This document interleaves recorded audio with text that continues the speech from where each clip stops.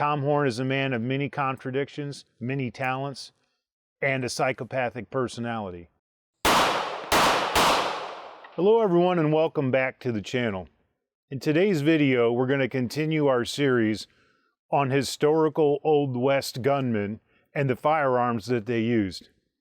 In today's video, I've selected Tom Horn. Tom is an extremely controversial figure and the poster child for being a victim of your own creation. Tom Horn was born November 21st, 1860 in Scotland County, Missouri.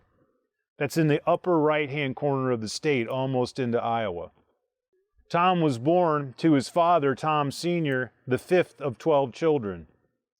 Early in his life, his family ran a subsistence farm and hired out as day laborers. Tom's life wasn't easy early on, and he experienced a lot of physical and emotional abuse from his father. When he was 16, after taking a particularly brutal beating and laying up in the barn for 2 or 3 days, nursed back to health by his mother, he walked himself into the American West and into the history books. By the time that he was 17, Tom was working for Al Sieber in Arizona in the hunt for Geronimo. He quickly became the head of the pack mule train and was very good with animals, and eventually worked himself up to be a scout. At that time, most scouts were civilian contractors and not part of the military proper.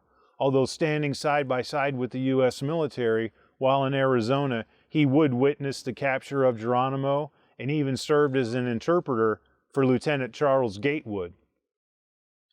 After the Indian Wars were over, Tom moved to Avapai region of Arizona and tried to make a go of it as a rancher. He had up to 100 cattle and 26 horses, and as everybody knows, even now, ranching's not an easy life. It was made more difficult one night when some rustlers showed up and stole all of his livestock. That's where things really sort of take a dark turn for Tom Horn. He developed a deep-seated and violent hatred of thieves and cattle rustlers. To satisfy that hatred, he began to work not only for the Pinkerton Detective Agency, which his employment there didn't last long because it apparently was easier just to kill the suspects than to try to bring them to justice. One of the things that you could do if you had Tom Horn's frame of mind back then was become a cattle detective or a stock detective.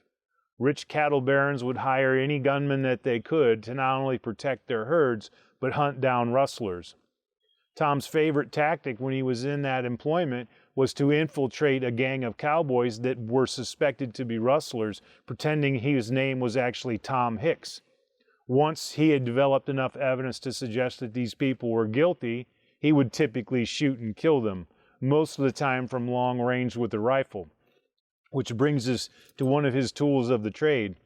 Tom was known to have used a Winchester Model 1876. This is where things get a little murky historically. No one can actually prove what the rifle was chambered in. Some people believe 45-60, some say 45-75, and on and on.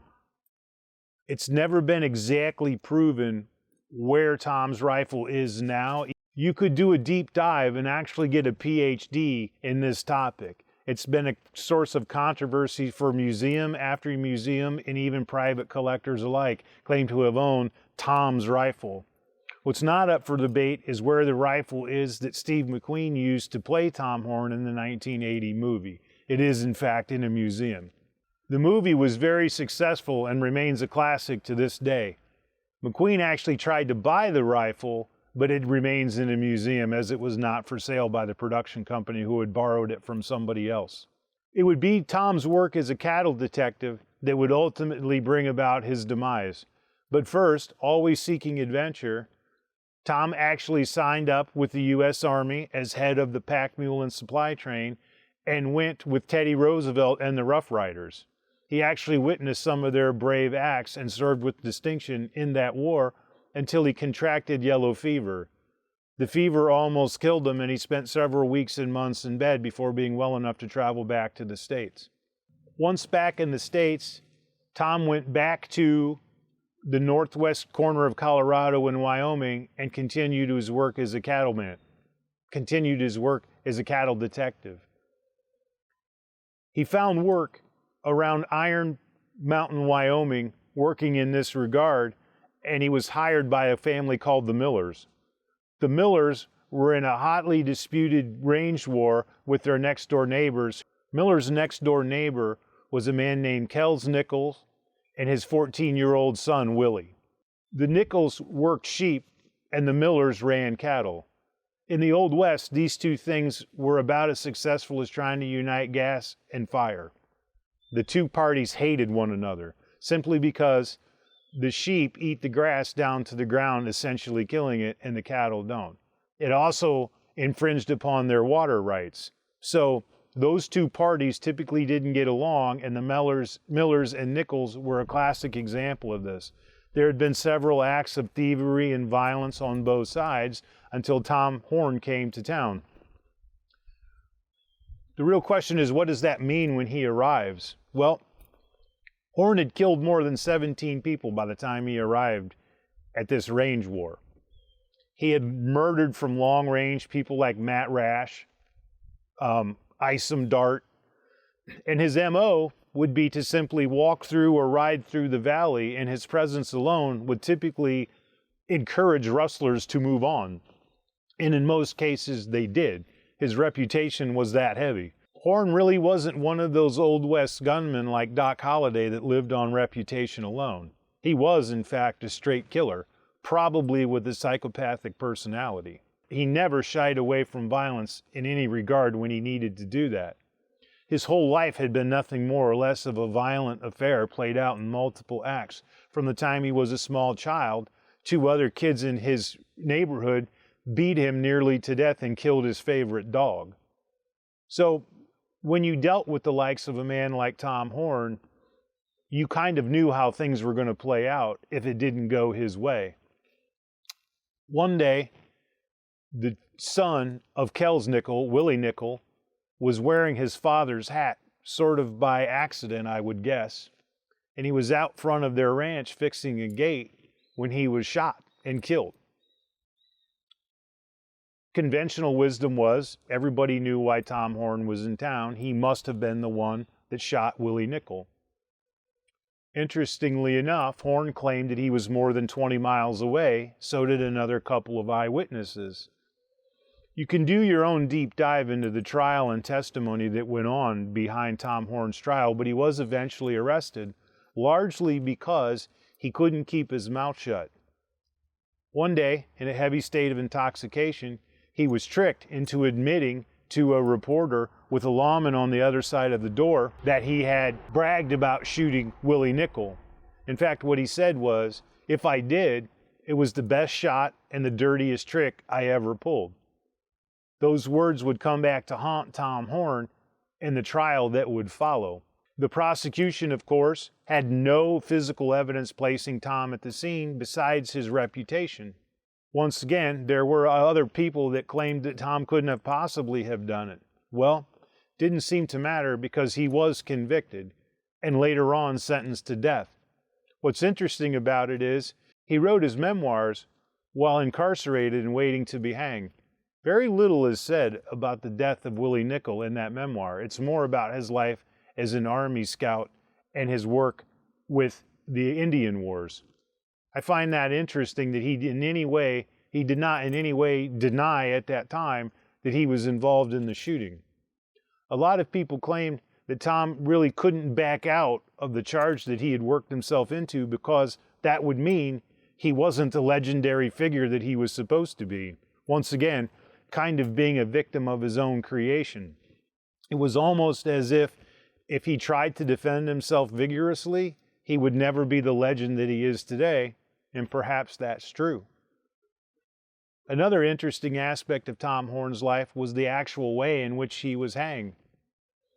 He was actually executed by what they used to call a Julian gallows.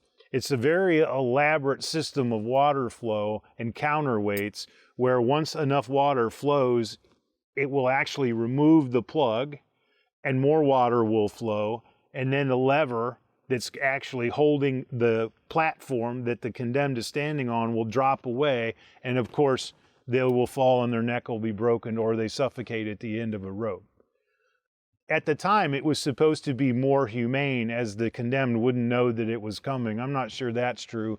Listening to water go drip, drip, drip, drip, drip, and wondering when the last drip is going to break your neck wouldn't be something I would find to be very humane, but maybe they didn't care about those things back then. The rifle that Tom Horn became the most enamored with later on in his life, and he only lived to the ripe old age of 43, was the Winchester Model 1894, chambered in .30-30. He bragged about the ballistic capabilities of the rifle all of the time, and at several of the murders that he's credited for, you would typically find 1 or 2 spent .30-30 casings. It was, in fact, the caliber of the rifle used against Willie Nickel. Some people claim it was the 45-70, 75 or 45-60, but that's actually not the case. Willie Nickel was shot at some distances people would claim up to 300 yards. Anybody that's ever shot an 1894 Winchester in .30-30 would know that's a heck of a good trick. They're known to keyhole at any distance past 100. The sighting system was pretty crude by today's standards. So whoever did that was in fact truly talented. So the real question is, was Tom guilty or was he not? Once again, depends on who you ask. They actually did a mock trial of Tom Horn, I believe around 1993. And at that point, he was exonerated of the crime. He was found not guilty. You can read many, many books about Tom Horn because of his amazing life. And the jury, so to speak, runs about 50-50. Some say yes, some say no. If I had to say, I would say yes. But what do I know? Because Geronimo, when asked about it before he passed away, said he would never believe that Tom did that. What tips the scale for me is the fact that the 14-year-old Willie Nickel was wearing his father's hat when he was killed. Tom Horn may have not have shot a young man or a child, but he would have no compunction about Kells Nickel or anybody that he felt was Kells Nickel. I think that he killed Willie by mistake in a case of mistaken identity. But if you're curious, we'll put some reading lists on the board so you guys can delve further into this topic if you want. Like a lot of figures from the Old West, Tom Horn is a man of many contradictions, many talents, and a psychopathic personality. I don't think there's any doubt of this. Violence was something that he never shied away from, and the reputation that it bought him ultimately saw him to the gallows, like most figures like that of the time. I hope you've enjoyed this little trip back in time. We sure enjoy the videos, and we've got some positive comments about the ones we've done so far. So we're going to do some more in the future, and don't be afraid to like and subscribe.